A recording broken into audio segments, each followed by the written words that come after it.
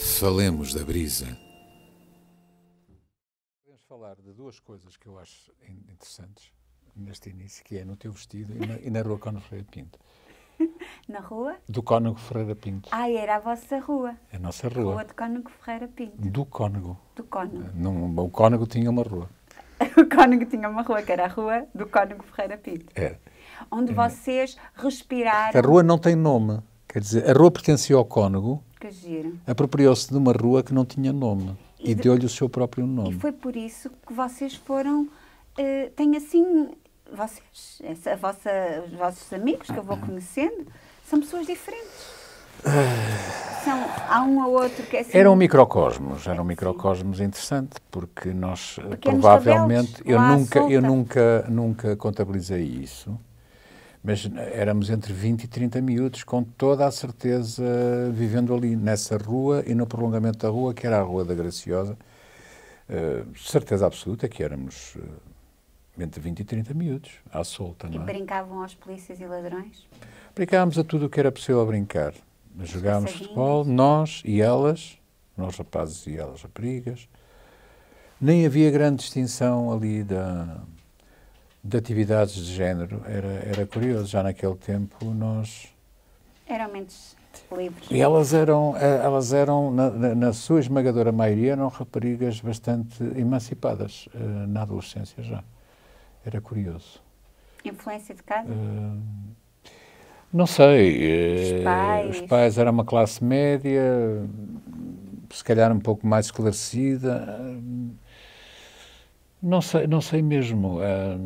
Nunca refleti sobre isso, mas é curioso. Mas devemos fazer lá um programa na rua. Vamos Sim. um daqueles banquinhos de praia, Sim. assentamos lá arraiais e ficamos lá a ler poesia. Um dia houve um acidente. Havia um poste de iluminação pública que ficava exatamente nessa curva. A rua tinha uma curva. Tinha uma curva. Agora já não tem. E havia um poste de iluminação, que naquele tempo era em madeira. Sim, eu lembro-me. Eu ainda sou do tempo dos postes de madeira. E numa bela tarde há um acidente. Há uma carrinha de cor castanha, de 2 lugares, uma Opel, e que se despistou, quer dizer, injustificadamente ela foi contra o poste de iluminação. Bom, as pessoas não levavam cinto de segurança, porque não era obrigatório. E possivelmente muitos E carros possivelmente não tinham. nem existiam. E então era um sujeito que ia ao volante e uma mulher a seu lado, e ela bate com a cabeça no vidro, no para-brisas, partiu o para-brisas. E, entretanto, foram os dois para o hospital. Foram de táxi para o hospital, porque não havia INEM. E foi muito interessante, porque quando alguém da empresa, porque a carrinha tinha um nome, e tinha um logotipo pintado, e quando alguém da empresa foi até ao local para fazer o transbordo da mercadoria que tinha ficado daquela carrinha, uma grande parte da mercadoria já não existia. Porque toda a miudagem que estava ali à solta... Ajudou, ou tinha já ajudado, não é? Até que desaparecesse. E eu vou-te explicar. A carrinha pertencia nem mais nem menos aos chocolates Regina. Sério? Que bom! Esta é uma das memórias fotográficas da minha infância. Deliciosa. Tu não foste cúmplice, tu só assististe. Não, eu só assisti. Nem fiquei de cama com uma dor de barriga, nem nada. Nada.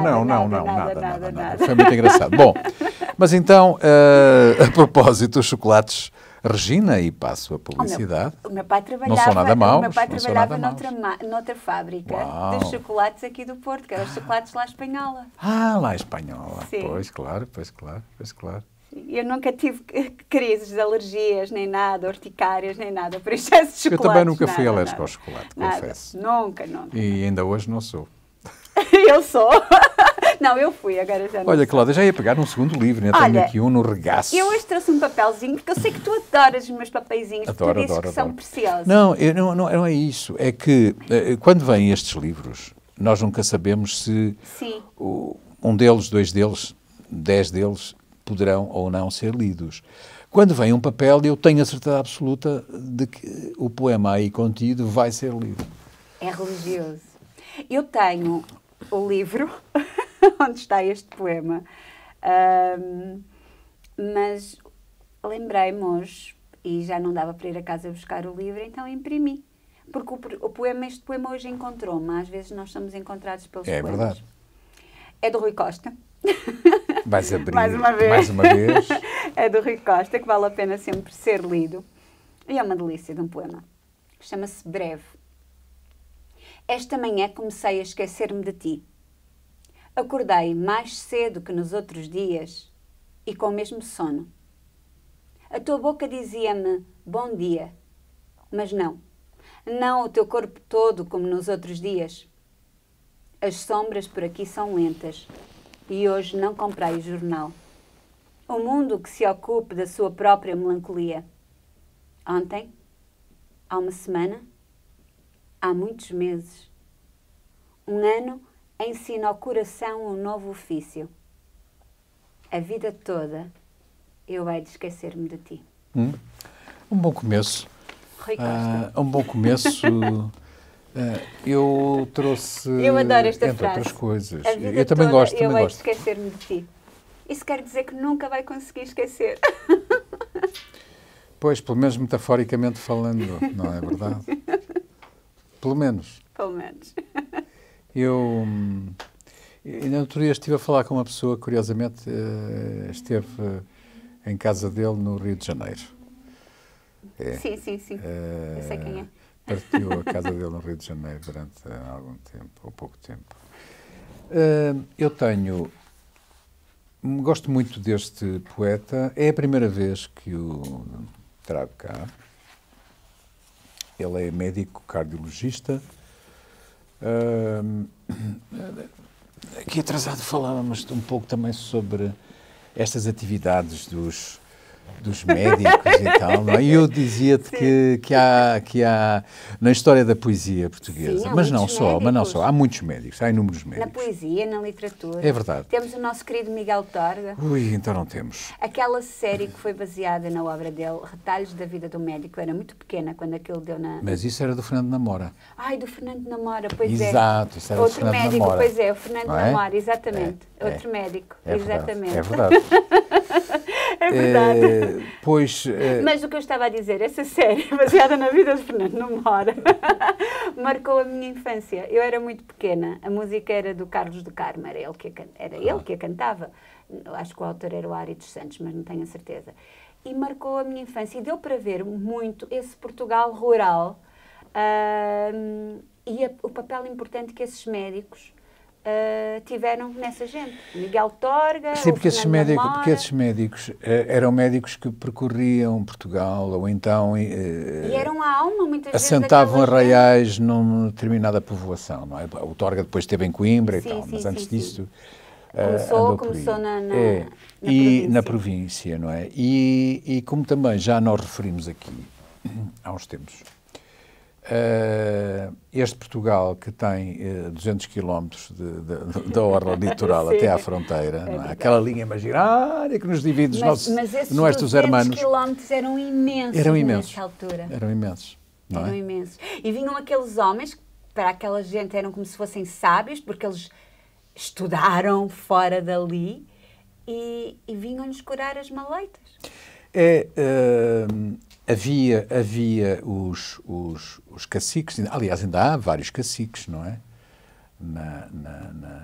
Pois, eu acho fantástica a regionalização, não é? Somos um país pequeno e precisamos ser regionalizados. Mas, por outro lado, tenho uma enorme desconfiança em relação ao poder político autárquico, porque ainda hoje temos inúmeros caciques. Tivemos mais no passado. Havia muitos médicos que também alinhavam nesse caciquismo. É verdade. Mas outros foram vozes Exatamente. ativas de crítica e de contestação a esse mesmo caciquismo.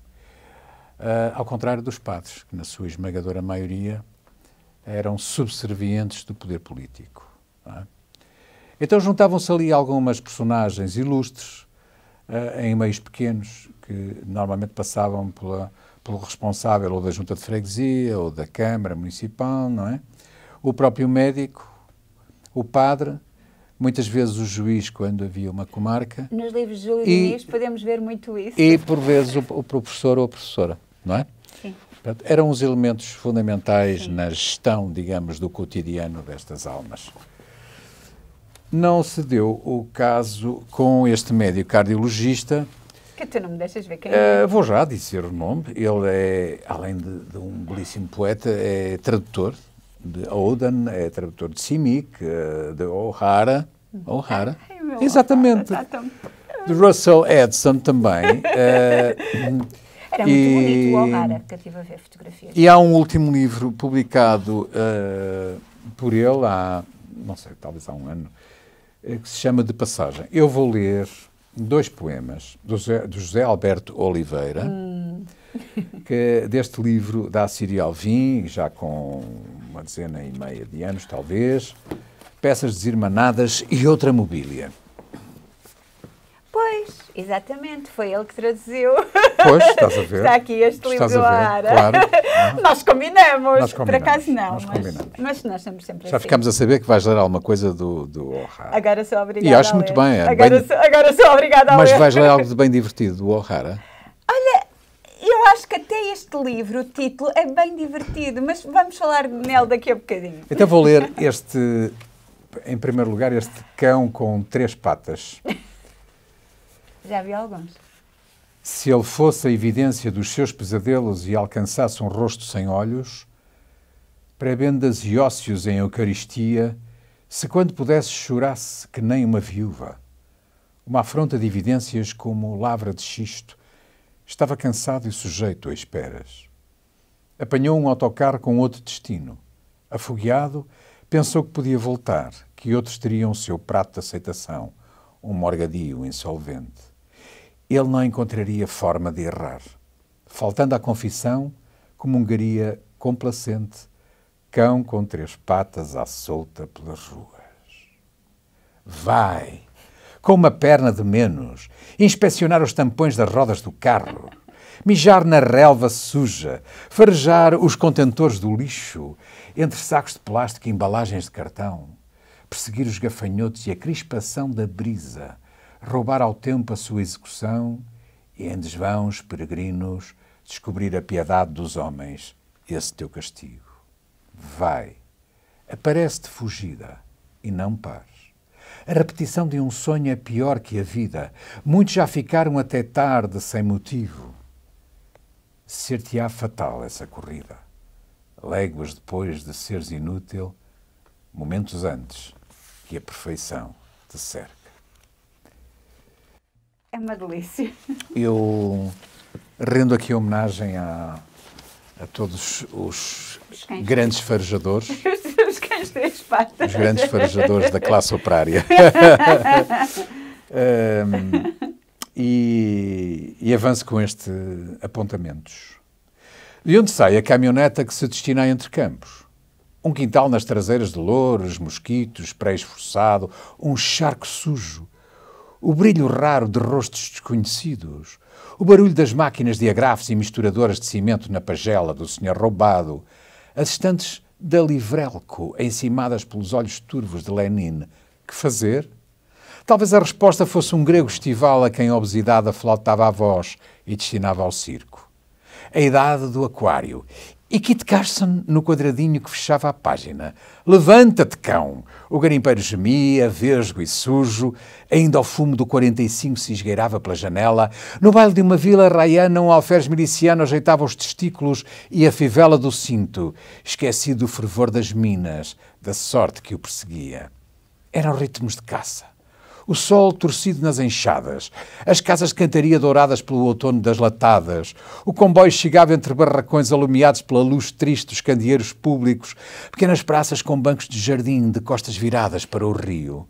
Outra forma de esquecer a vida, estreita, o travo amargo da imagem que se descobriam e mensagens em letra miúda, em papel muito fino, arremessadas à incerteza do acne, as tentativas de acertar as dimensões da tarde na igreja da Madre de Deus, com as mãos deslumbradas e procurando reunir os fragmentos da tua alegria, murmúrios, gaivotas abandonadas nos caixotes do lixo. Ainda poderia arranjar um emprego nos arquivos, no contencioso da Câmara, talvez a indemnização por danos. Adeus, adeus, ceifeiras debulhadoras. A luz do metal rachou-lhes o coração. As botas tão curtas como os meses próximos. Ah, sim, conheço-a. Gente inconstante e peregrina. O ruído da terraplanagem fazia-lhe bem. Andava com o sol à mão direita e um humor ecuménico. A cabeça despovoada de perguntas incómodas. Inventar somas. Amarfanhar projetos de noites. Engrenagens que deitavam fumo pelas folgas. Ocupavam as sístoles. O lugar dos pesadelos? Tenho de usar materiais de que não gosto e, contudo, a mão liberta-se. Sentemo-nos. Lotações esgotadas nos teatros anatómicos. População cerúlea e abandonada como sobreviventes das duas guerras, vagueando nos escombros da escola primária, refugiados em fila, aguardando o tédio na cantina, um prato de salsicha que navega em óleo, a pequena indústria, o pequeno comércio de sopros e saliva, a revolução, dizia-se, o clima. A norte, ventos atlânticos ameaçavam os portos. O sol punha-se por volta das 7 horas. Nessa morrinha, raparigas de óculos com a saia amarrotada e o cabelo escorrido gritavam e de novo gritavam com a convicção espectral de lagos em outubro. Para que fingir melancolia? Já não me dói que estas lembranças sejam irrelevantes para mim e para os outros. Trabalhos de pouca monta. Como um sucateiro em falência. Cadernos de papel almaço, de folhas lisas, deixadas em branco. Alguém louvou os fracassos, alguém cuidou de ser póstumo? Voltassem os comboios e apiadeiros dormidos. Voltasse a urticária no olhar cúmplice dos irmãos mais novos, os legumes num saco de plástico, o peixe furando o jornal com o inchaço dos olhos. Se eu mandasse, chovia.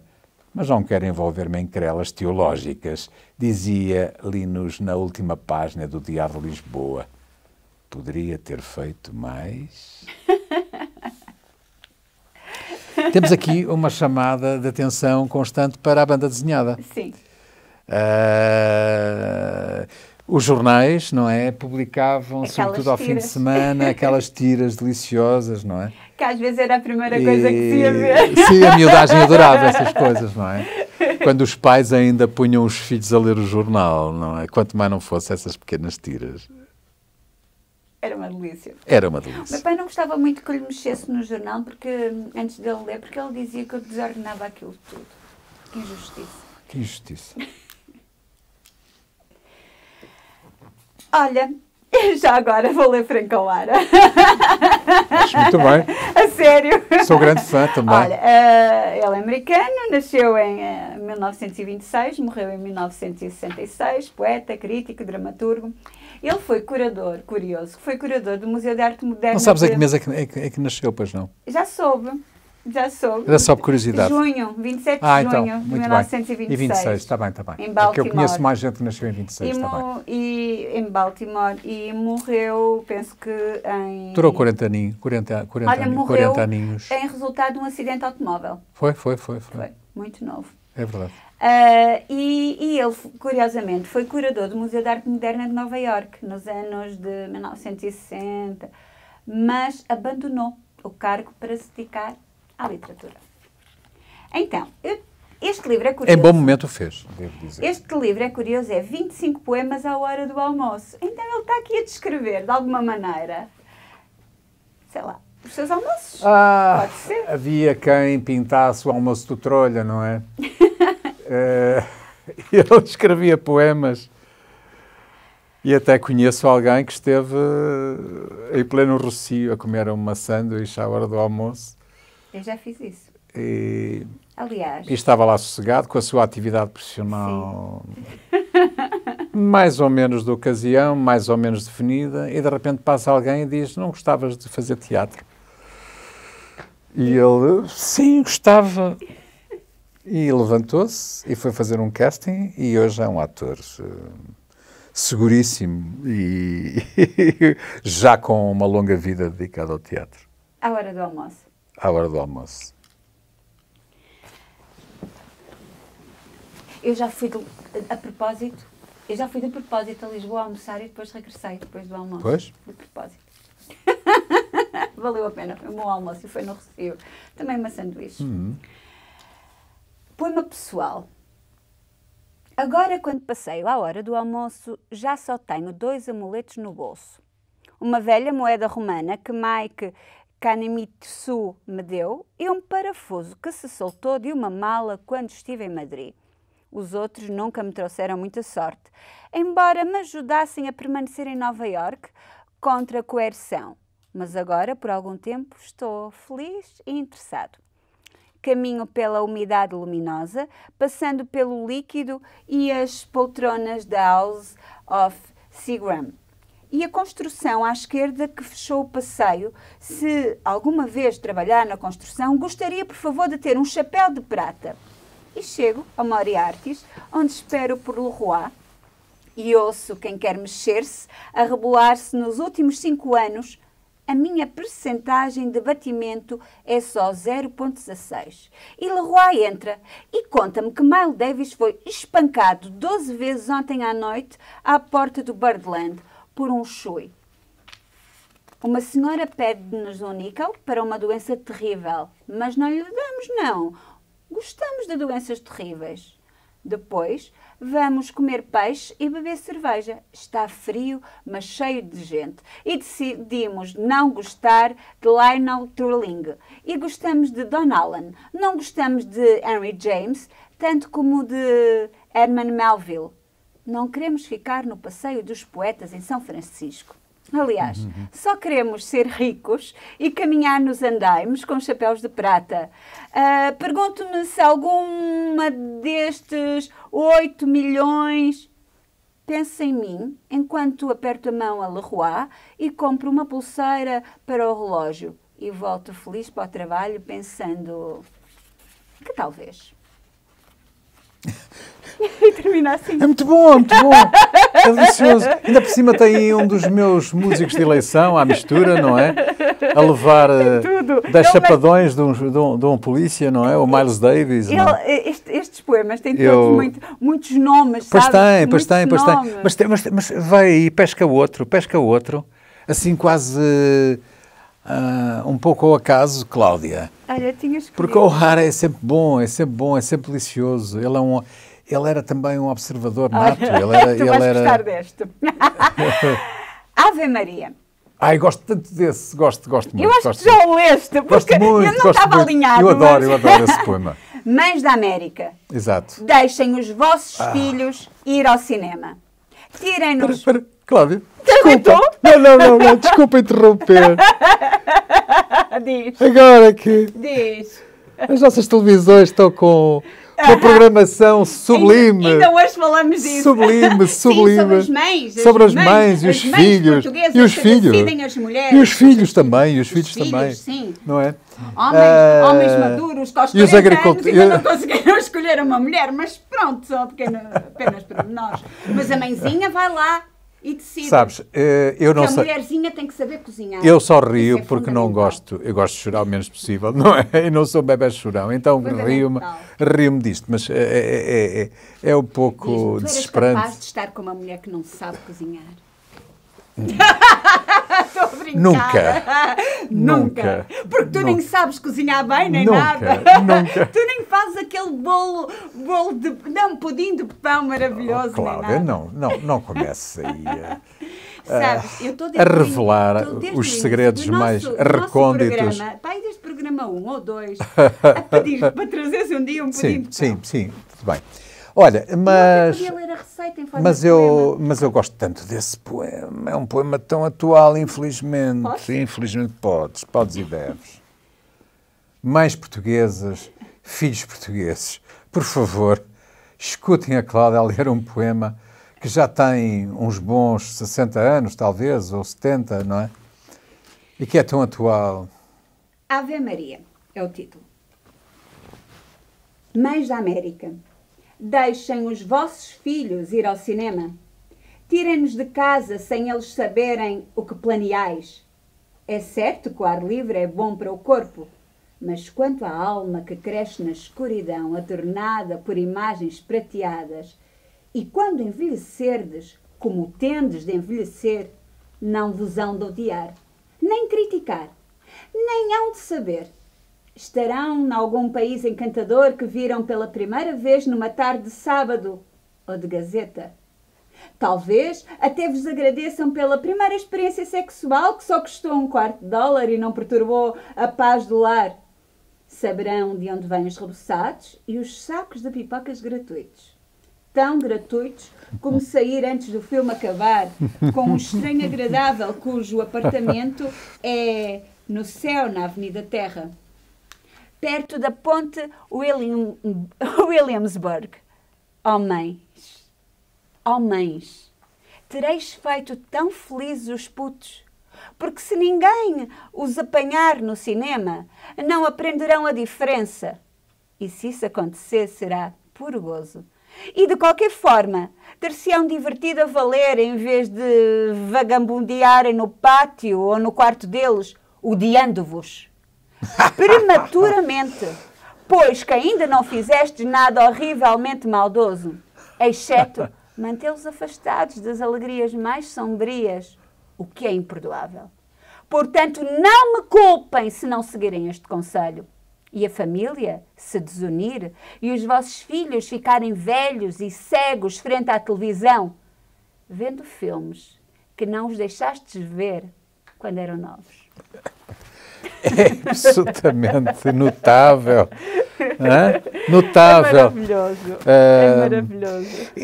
Repara, ele no fundo, o que chamava a atenção para uma situação... Olha, eu estava a ver aqui a expressão. É que nem os filhos se libertavam das mães, nem as próprias mães eram mulheres verdadeiramente emancipadas, não é?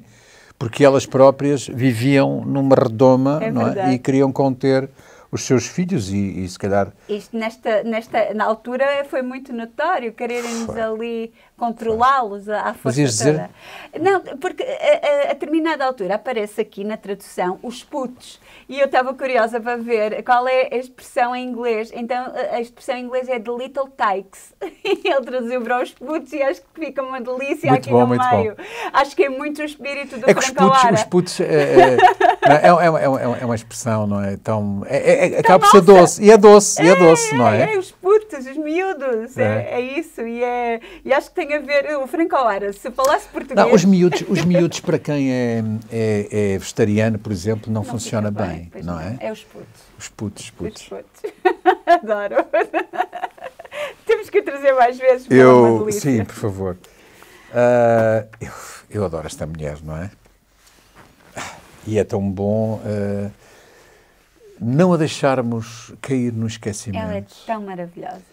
Ela escreve tão bem. E era uma mulher maravilhosa também, em termos bonita. pessoais, em termos humanos. Era uma mulher maravilhosa. Estou a falar da Luísa Neto Jorge. Eu desta vez não te perguntei porque eu já tinha visto.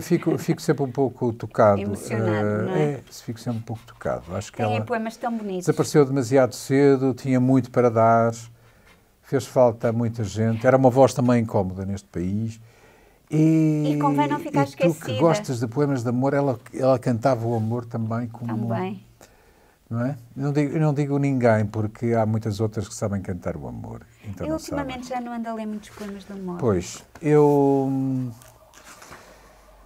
vou ler... Eu nem sei, isto é tudo bom, é tudo ótimo. Mas aos 40, os meus... De elétrico, andava a correr meio mundo. Subia a colina ao castelo fantasma, onde pavão alto me aflorava muito em sonhos à noite. E sofria de asma. Alma e ar reféns dentro do pulmão. Como um chimpanzé que à boca da jaula respirava ainda pela estendida mão. Salazar, 3 vezes, no eco da aula.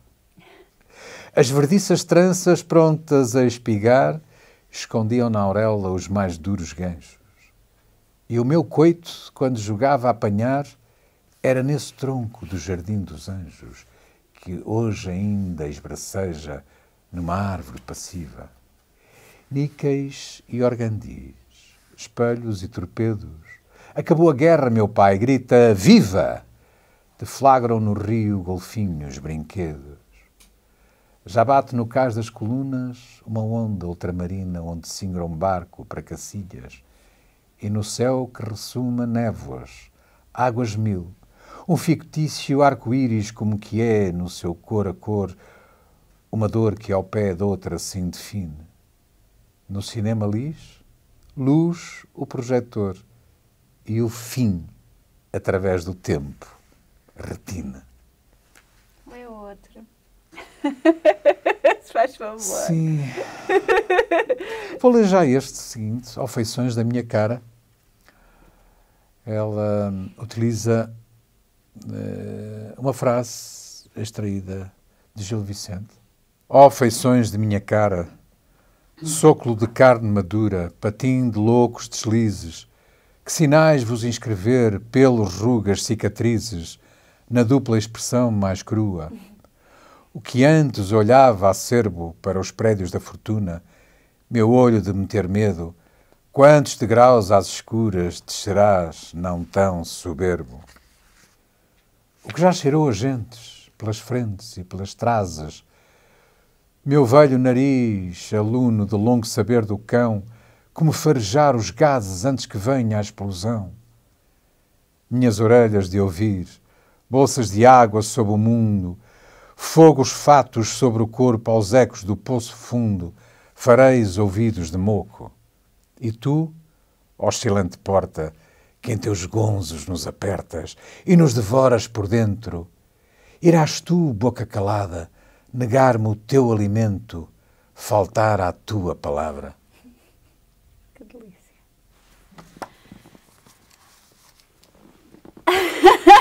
Eu vou-te roubar. Tranquilo, tranquilo. Olha, eu trouxe esta senhora, Julia Cameron. Ela tem vários livros publicados. Ela foi casada com Martin Scorsese e colaborou com ele em alguns projetos. Tiveram um filho em comum, mas foi casada há pouco tempo. Então, este livro, Deus não é para brincadeiras, fala sobre a espiritualidade. E sobre, há cada vez mais, isto é muito atual, pessoas que andam à procura da espiritualidade. E às vezes vê-se no Facebook o que as pessoas fazem, as mandalas, que andam a fazer workshops e outras coisas dentro do género. E ela também anda à procura da sua espiritualidade. Mas isso não quer dizer que ela não critique, às vezes, alguns desses exageros. E torna-se curioso por causa disso. Tu estavas-me a olhar assim com ar. O que é que vai sair daqui? Não, respeito. Não, o que é que vai sair daqui? Há aqui um texto que eu achei muito curioso, só que eu acabei... está aqui. Tu vais gostar deste. Este texto é Pessoas Muito Espirituais. E ela, ao longo do livro, vai falando muito sobre essas pessoas muito espirituais. No original está Very Spiritual People, que é uma variante da expressão Very Important People, o VIP. É o jogo de palavras. Se calhar é um problema meu, mas sinto-me um pouco à vontade entre pessoas muito espirituais. Sabe a que espécie me refiro? Falam em voz baixa, doce, suave e monótona, até termos vontade de as beliscar, de lhes fazer cócegas ou de lhes dar com um taco de beisebol. Por muito boazinhas e calmas que digam que são, e normalmente dizem-no assim que podem. Já conheci algumas. Continuo a sentir que transparece qualquer coisa que se parece muito com raiva e controlo. Você sabe como é? Dizemos que estamos aborrecidos com qualquer coisa e elas agem como se devêssemos ser capazes de a transcender. Mostram-se verdadeiramente tristes, como se estivéssemos a ser mesquinhos ou como se fôssemos uma enorme desilusão espiritual. Fazem aquele ar triste, sensato, de quem... Oh, exatamente! Eu ponho a mãozinha. De quem tudo sabe, como se estivessem algo magoadas com a nossa falta de elevação. Como se estivessem à espera de coisa melhor da nossa parte, mais parecida com elas, por exemplo. Percebe-se quando se conhece uma dessas pessoas oficialmente espirituais, porque nunca se riem de nada. Na melhor das hipóteses, esboçam um sorriso. Para elas, Deus não é para brincadeiras, embora muitas das coisas que fazem sejam mesmo engraçadas, se querem a minha opinião. Às vezes, quando se fala com elas, as pessoas muito espirituais fecham os olhos e acenam sabiamente com a cabeça, como se estivessem sob o efeito da heroína. Fazem-no em muitas situações em que estão a ser oficialmente espirituais. Estamos numa palestra espiritual, por exemplo, ou num concerto, e de repente, ups, lá vão os olhos e começam elas a balançar-se para trás e para a frente de uma forma quase embaraçosa. Talvez eu seja muito austera, mas a cena de balançar e de gemer faz-me lembrar a que Meg Ryan fez naquele café no filme Um Amor Inevitável. As pessoas muito espirituais são muito sérias quanto a serem muito espirituais. Talvez seja horrível dizer isto, mas acho mesmo que as pessoas muito espirituais são mesquinhas, controladoras e passivo-agressivas. Claro que só o facto de pensar isto significa que não sou espiritual. Há qualquer coisa na forma como procedem, como se fossem o fiscal nazi de Deus. A maneira como parecem querer que andemos em bicos de pés e que nos comportemos bem. Aquela vozinha que usam soa-me sempre a falso e parece-me bem furiosa. Às vezes até sibilam de uma forma espiritual. Não se pode fazer isso aqui. E depois tornam-se muito queridas. Pois não? As pessoas muito espirituais apavoram-me. Gostam de tornar Deus e a espiritualidade muito assustadores. Se errarem, tenham cuidado. Agem como se tivessem tudo fechado, a 7 chaves. Eles sabem os segredos. É uma espécie de clube espiritual. Não se pode entrar sem o aperto de mão secreto. Tem o número particular de Deus. E nós temos de passar pela telefonista. As pessoas muito espirituais odeiam que pensemos que podemos falar com Deus por nossa iniciativa. Parecem achar. Ela viveria com o Scorsese quando ele realizou o Taxi Driver, por isso. Não sei. Começou a interrogar-me. Percebes? Começa a interrogar. Às tantas. Andará ainda atrás da sua espiritualidade. Olha, os textos dela eu acho que são uma delícia, porque ela tem este sentido de humor, de ver estas questões. E eu já conheci muitas pessoas muito espirituais. Olha, espera aí. Eu tenho que ler esta, Zé Carlos. Olha, mais por favor, por favor. De uma certa forma espiritual. Parece haver uma concorrência tremenda em nome da espiritualidade. Chamo-lhe o meu mantra. É melhor que o teu ou o meu guru bate o teu guru aos pontos. É parecido com o que fazíamos em relação à compra de um Chevrolet ou de um Ford. Detesto ser eu a dizer-lhe isto. Não detesto. Mas mais cedo ou mais tarde, todos os caminhos espirituais nos conduzem ao mesmo sítio. Chamo a isto todos os caminhos vão dar a Roma, digo a casa, digo a Om. Mais cedo ou mais tarde, toda a gente acaba por perceber a regra. Estamos todos juntos nisto, por isso sejam bonzinhos. O mais cedo ou mais tarde é que pode demorar imenso tempo. E, entretanto, atravessamos o período da adolescência em que estamos decididos a provar que o nosso guru é o melhor. Vou só mostrar-te o que Jesus consegue fazer. E entramos em acrobacias espirituais. Tive uma experiência espantosa durante a meditação de sábado.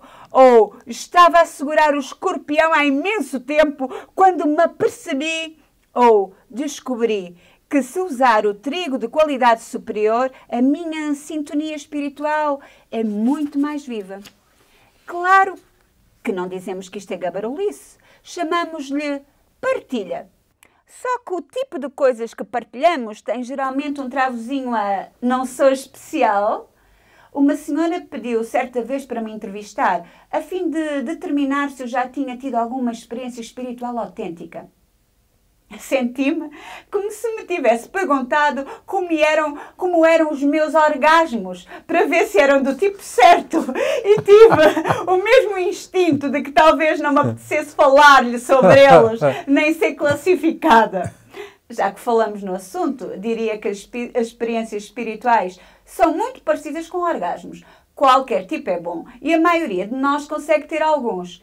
Talvez seja um problema meu, mas quando ouço as pessoas falarem do tipo de êxtase espiritual que alcançam com o mestre, por vezes parece que se estão a gabar do número de vezes que atingem o clímax. De uma certa forma espiritual, é claro. Julia Cameron. Tu estavas cético, mas tu gostaste. Eu estava cético, mas gostei. Eu sabia que tu ias gostar. Isto é a tua cara. E a minha já agora. Eu não vou tão longe, não é? E ficar-me aqui, por aqui.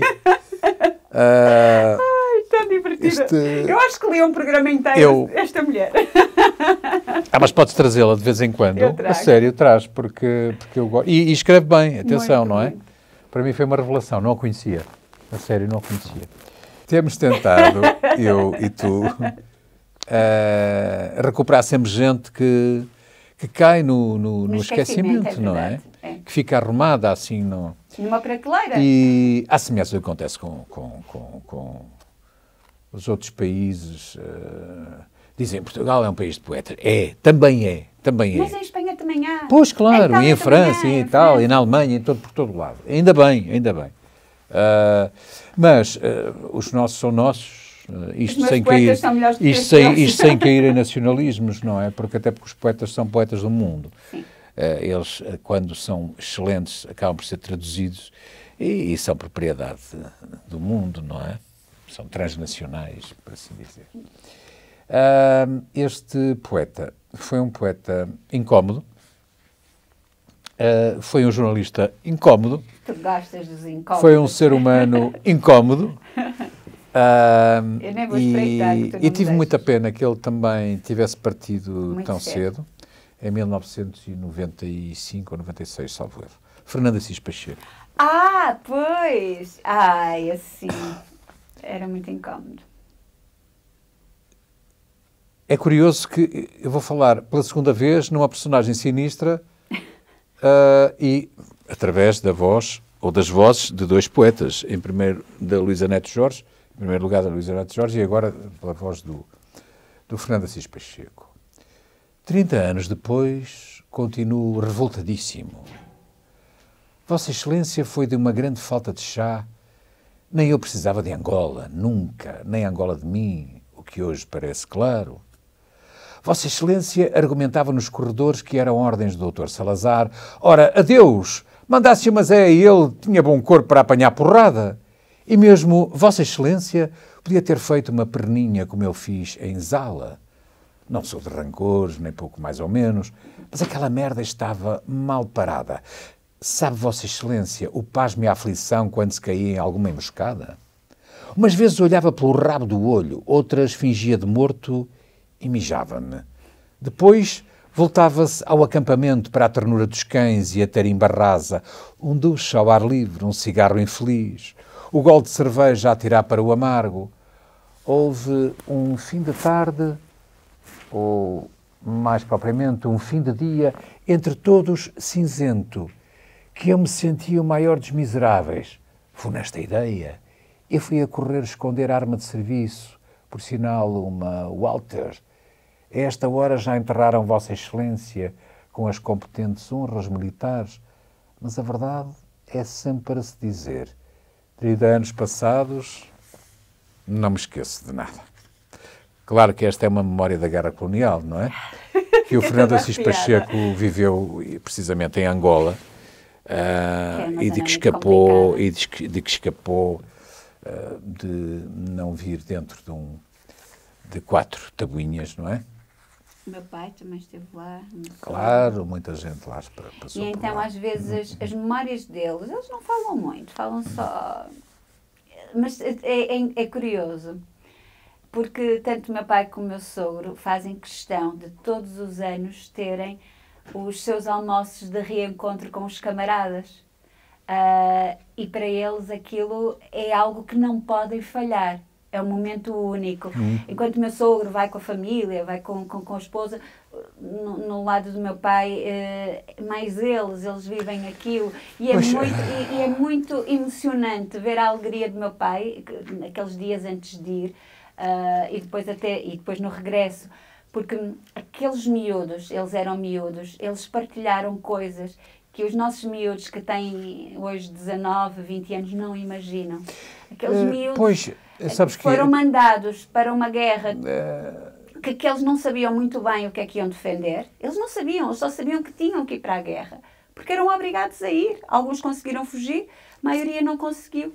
E não sabiam se iam voltar vivos, se iam voltar inválidos. Estropiados, não é? Como muitos. Tivemos 50 mil, entre mortos e feridos e estropiados. E outros com tivemos 50 mil. Com lesões espirituais, pegando na espiritualidade, com lesões emocionais, por uma vida inteira. Foi uma geração que foi engolida Esses miúdos não tiveram pela brutalidade e pela insensibilidade de muitos dirigentes. Foi uma guerra que durou demasiados anos. Não, a guerra demora sempre demasiado tempo. Cláudia, desculpa dizer-te. Sim, é verdade, mas mesmo assim esta que nem devia ter, demorou demasiado. Ainda demorou mais do que aquilo que devia ter demorado. Pois, eu percebo-te, mas acho que foi muito longa. Não devia ter havido guerra sequer, não é? Não, eu concordo, porque estes miúdos não tiveram juventude. Não tiveram, a juventude deles foi no meio da selva. Então, tiveram que crescer também muito rapidamente, tiveram que se fazer homens muito cedo. Porque pegar uma arma, ver serem abatidos era matar para não morrer. Amigos, companheiros, e terem que matar alguém que está do outro lado e que é um cidadão anónimo de um país que lhes é completamente estranho, num ambiente estranho, deve ser uma coisa terrível. Eu, se tivesse vivido esses momentos, eu teria saído de cá, teria fugido. Teria desertado, não tenho dúvidas nenhumas. Esse texto que tu leste são memórias que não são minhas, mas são memórias com que eu cresci a ouvir. Então arrepiou-me. Gosto de ser herói a defender valores, ou seja, não preciso ser herói, não é? Apelido muitos homens e muitas mulheres de heróis ou heroínas, porque realmente reconheço neles e nelas valores transcendentais. Agora, não me apetece ser herói, e ainda por cima não me apetece ser herói pegando numa arma e matando o meu semelhante. Sabes que para mim esses miúdos foram heróis porque sobreviveram e conseguiram dar a volta e conseguiram... Eu compreendo. Não por terem estado lá, mas sobreviveram. Eu queria ler este sacado de Shakespeare, ainda do Fernando Assis Pacheco. É dedicado a ti, Cláudia. A mim? Sim, tu Cláudia. vais-me dedicar um poema? Não, eu vou-te dedicar um poema do Fernando Assis Pacheco, não é, Miguel? Como é que... eu tenho que olhar para o Joaquim Almeida. O Joaquim Almeida não deve estar bem, ele vai-me dedicar um poema. Mas eu não posso dedicar. Eu até tenho medo. Não posso dedicar-te este poema, Cláudia. Porquê? Não posso. Vai já perceber porquê. A minha cara senhora, seríeis pastel doce após uma longa viagem pelo mar, mas tal como estáis hoje, estragadota, não vos levaria para a cama. Eis a verdade, a borra dos anos atacou-nos aos dois. Tudo se paga nesta vida, em especial a idade. Quantos bolós não são só a tristeza, quanta mágoa nas dores articulares. Eu vos evitarei em terras movediças, como também peço que passeis de largo, quando me vires com estes olhos brilhantes, diamante latino, porém sediço e parvo. Nas partes em que tu descreves a ti, agora nos outros... Pronto, já entendeste, Cláudia, já entendeste. Olha, uma delícia. Olha, o que é que eu tenho aqui? Tenho aqui coisas muito giras. Muito giras, muito boas. Olha, este senhor, eu já o trouxe no outro dia, porque não li. Gonçalo M. Tavares. Exato. O homem ou é tonto ou é mulher. O Gonçalo M. Tavares, olha, ele deliciou-me com vários livros que eu depois vi muitas dessas peças no Teatro Pé de Vento. O Sr. Valéry, sei lá, o Sr. Henri, o Sr. Preste, o Sr. Joarro, foram algumas das delícias que este senhor escreveu, entre outras. E continua a escrever, continua a deliciar-nos. E eu aqui escolhi alguns poemas, deixa-me ver, eu nem sei muito bem, porque eu já escolhi isto há uns dias.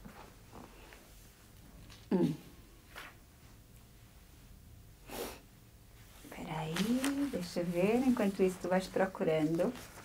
Não preciso procurar muito, porque já tenho aqui. Está aqui. Olha, gosto deste. Gostava de vos dizer uma coisa para terminar. Às vezes tenho medo, muito medo. Às vezes sofro. Às vezes penso nas pessoas que amo e penso na possibilidade de as perder. Às vezes vejo alguém doente e fico incomodado. Pode não ser um amigo ou um familiar. Posso estar a vê-lo pela primeira vez, mas fico incomodado. Aquela doença pertence-me. Todas as doenças pertencem a toda a gente. Todos os sofrimentos pertencem a toda a gente. Todas as mortes pertencem um pouco a toda a gente. Às vezes sinto isso muito, outras vezes sinto menos. Quando sinto menos, posso preocupar-me com o mundo, brincar com a poesia, com a filosofia e com as palavras. Mas quando sinto, deixo de conseguir pensar. Quando sofro ou sinto que alguém sofre, deixo mesmo de querer ser inteligente. Deixo de querer parecer inteligente. Se estivermos cheios a sentir, não temos espaço para pensar. Não fazem sentido as lógicas, as filosofias, as discussões. Todo o nosso corpo sente. E o que resta? Nada. Só existe aquela morte, aquela doença, aquela velhice. Só aquele pai que ama e está a envelhecer. Só aquela mãe que ama e está a envelhecer. Só aquele amigo que morreu num estúpido acidente. Só aquele amigo que se tornou amargo porque a mulher o deixou. Só o amor e a falta de amor. As mulheres que nos enganam e as mulheres que são enganadas. As mulheres e os homens que enganam. Os amigos que deixam de o ser. Alguns inimigos que morrem e temos pena. Que importa o resto? Onde está o livro importante?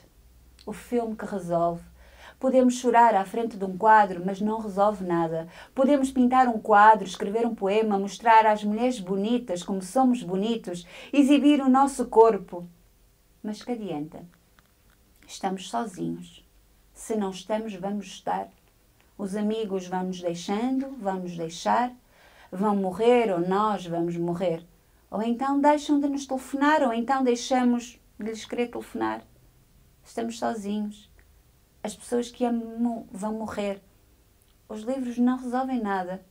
A poesia é bonita e por vezes descansa, acalma, mas não resolve nada, não resolve nada. Somos artistas ou não somos? E qualquer coisa que seja não adianta nada e nada impede.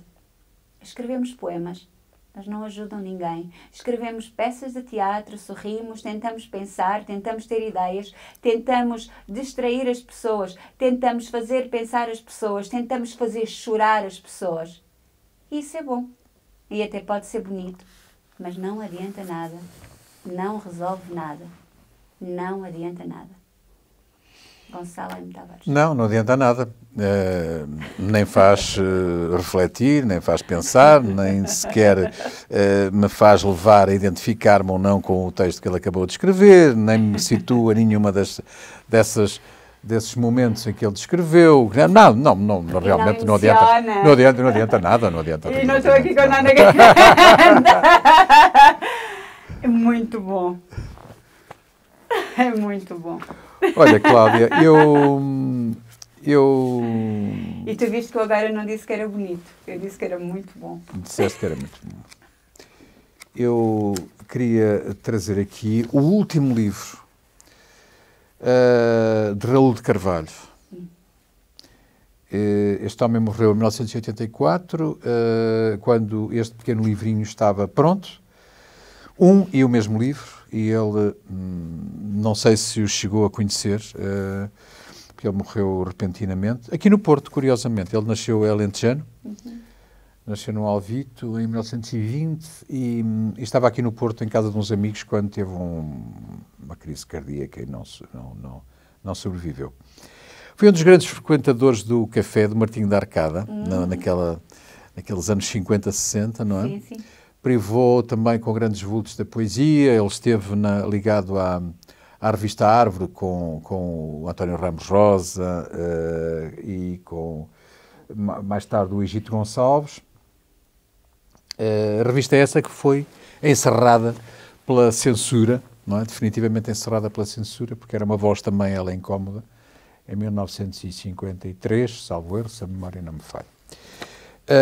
Ele foi um autor premiado, foi traduzido, tem uma obra vasta. Também foi fotógrafo, pintava, era um homem multifacetado e foi também militante, por que não dizê-lo, do PCP e homossexual assumidíssimo. Raul de Carvalho, no seu melhor, neste À Borla. São migalhas enormes, apodrecidamente expostas ao contrário. O sumo dos limões sabe a coisas sem nexo. Toda a casa se transforma em escuridão e a escrita é quase imperceptível. Percebo que os pensamentos navegam, não se fixam, e nos sonhos os objetos estão dispostos precisamente noutro sítio, onde os não vejo, não existem. Estão a mais ou a menos, não são iguais, são estranhos, aparecem, desaparecem, e muitas vezes não sei onde estou. Acordo, não acordo, com um estranho sentimento de não saber onde estou. Finalmente, decido. É aqui. Reconheço-me. E a mágoa é confessa. Vai do princípio ao fim, vai começar o dia. Precipito-me sempre aleijado no começo do dia. Bem sei que ando aos tropeções, que não me alegro por nada deste mundo e tenho medo dos diabos pelo que me venha a acontecer. Sei que, começado o dia, não impedirá que as conversas cumulem prazeres dispares e que as ruas se estreitem e que os sentimentos se concentrem num só sentimento de angústia. Depois passa sempre depois e por cima de mim. Deixa-me, é certo, de pé neste mundo de porco, neste charco, nesta bruma sem nada que não seja brumoso, chuvoso, incógnito, presentemente ereto e ameaçador, sempre que me julgo livre. Há em mim uma predestinação para o desastre, é o que julgo. Há em mim demasiadas coisas lúgubres. Há em mim um passeio celeste entre ciprestes, figurando a morte. Há em mim uma clausura empobrecida pelas paredes fixas de uma vida fechada. Nunca viajei, nunca viajarei. Mantenho-me fechado, dentro de mim fechado. Esse o pecado e o erro, essa agonia. Nunca fiz mal, é certo. Adivinhei, tão simples. A idiota forma de transformar a palavra em alimento, em música, em reflexo irresistível do meu coração. Mas isso que adianta? Que companheiro tem? Que espaço e que alegria prefaz e proporciona? Que céus deixam por isso de estar contra nós? Os acrobatas da beleza, os imbecis cicerones da virtude, os bárbaros escravos da justiça, os senhores acelerados do futuro indeciso. Cuspam em nós e amaldiçoem-nos. As garras estão famintas e os homens esses ainda não nasceram. Pelo menos ainda não viram o sol que nós vimos. E isso os desgosta. E com toda a razão. E isso lhes dá direito a que nos façam prisioneiros. Damos as mãos de graça. Demos de borla os pulsos. Que delícia.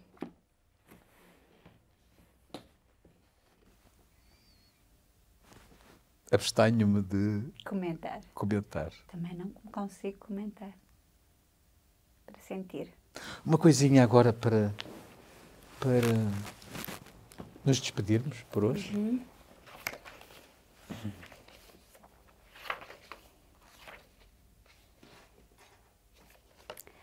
Herberto Helder, Os Passos em Volta. Era uma vez um pintor que tinha um aquário com um peixe vermelho. Vivia o peixe tranquilamente acompanhado pela sua cor vermelha, até que principiou a tornar-se negro a partir de dentro. um nó preto atrás da cor encarnada. O nó desenvolvia-se alastrando e tomando conta de todo o peixe. Por fora do aquário, o pintor assistia, surpreendido ao aparecimento do novo peixe. O problema do artista era que, obrigado a interromper o quadro onde estava a chegar o vermelho do peixe, não sabia que fazer da cor preta que ele agora lhe ensinava. Os elementos do problema constituíam-se na observação dos factos e punham-se por esta ordem: peixe, vermelho, pintor, sendo o vermelho o nexo entre o peixe e o quadro através do pintor. O preto formava a insídia do real e abria um abismo na primitiva fidelidade do pintor. Ao meditar sobre as razões da mudança, exatamente quando assentava na sua fidelidade, o pintor supôs que o peixe, efetuando um número de mágica, mostrava que existia apenas uma lei abrangendo tanto o mundo das coisas como o da imaginação. Era a lei da metamorfose. Compreendida esta espécie de fidelidade, o artista pintou um peixe amarelo. Sabes que esse é um dos melhores textos, a meu ver. É tudo excelente, mas esse livro é extraordinariamente importante, a meu ver, em toda a bibliografia do Herberto. E particularmente esse texto. Há aqui um texto que tu leste muitas vezes, que é o Brandy. Sim, li bastantes vezes. Não, este livro é maravilhoso. Cada texto é especial. É. E é difícil escolher. É um universo muito próprio, não é, do Herberto? Sim. Hoje, eu creio que hoje tivemos aqui só um pequeno grande senão, é que houve algum desequilíbrio, não é? Em quê? Hoje trouxemos poucas mulheres. Ah, sim, eu tinha também, eu trouxe a Júlia Câmara, tinha também, olha, a Adélia Prado, fica para uma próxima vez, já trouxe algumas vezes. Olha, eu trouxe este livro, Gonçalo M. Tavares, O Homem ou é Quem Tu é Mulher, está aqui a palavra mulher. Sim, mas olha,